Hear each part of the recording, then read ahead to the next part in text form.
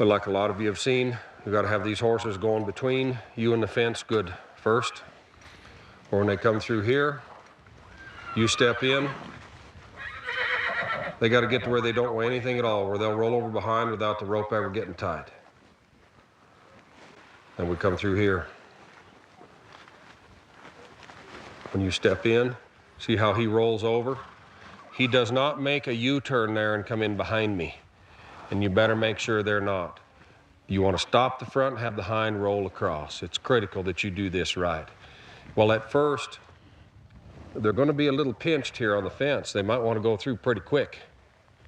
Use their energy in a way that you convert it into yours.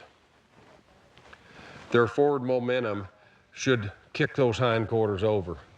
And you might have to do it with a tug like I was doing on the lead rope, Bill, with your colt.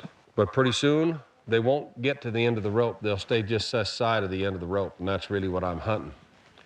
So I'd offer this. They should go through on a feel. When I step in, got to roll over behind.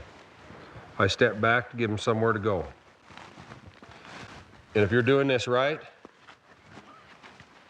your hand shouldn't close on that rope. You ought to be able to get them to go without your hand closing. When I move my hand here, you ought to roll over behind. Then I've got something working for me before I get up on the fence. And that's what I was talking about earlier when I say I want a horse to be able to operate on a feel. I want to be able to do as little as I can and get those feet to go.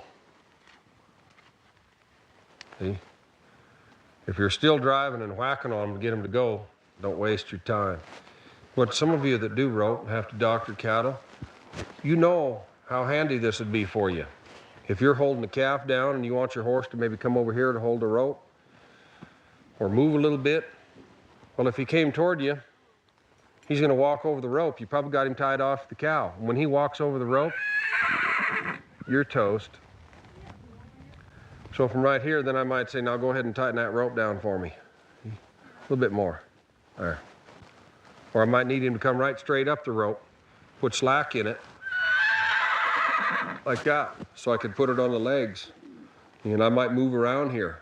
Like I say, this horse is a little sensitive under his chin, so I might move around here and do a bunch of stuff until he realizes I'm not going to hurt him. Then I'd say, now go ahead and tighten my rope for me. A little bit more. There. Or maybe I'd tell him I'm not satisfied with that angle. You could hold him better if you're over here. You follow that feel. When I move my hand, there's the hind quarters. And there you could tighten my rope for me. That's all you're trying to get done, is just to build a feel in them.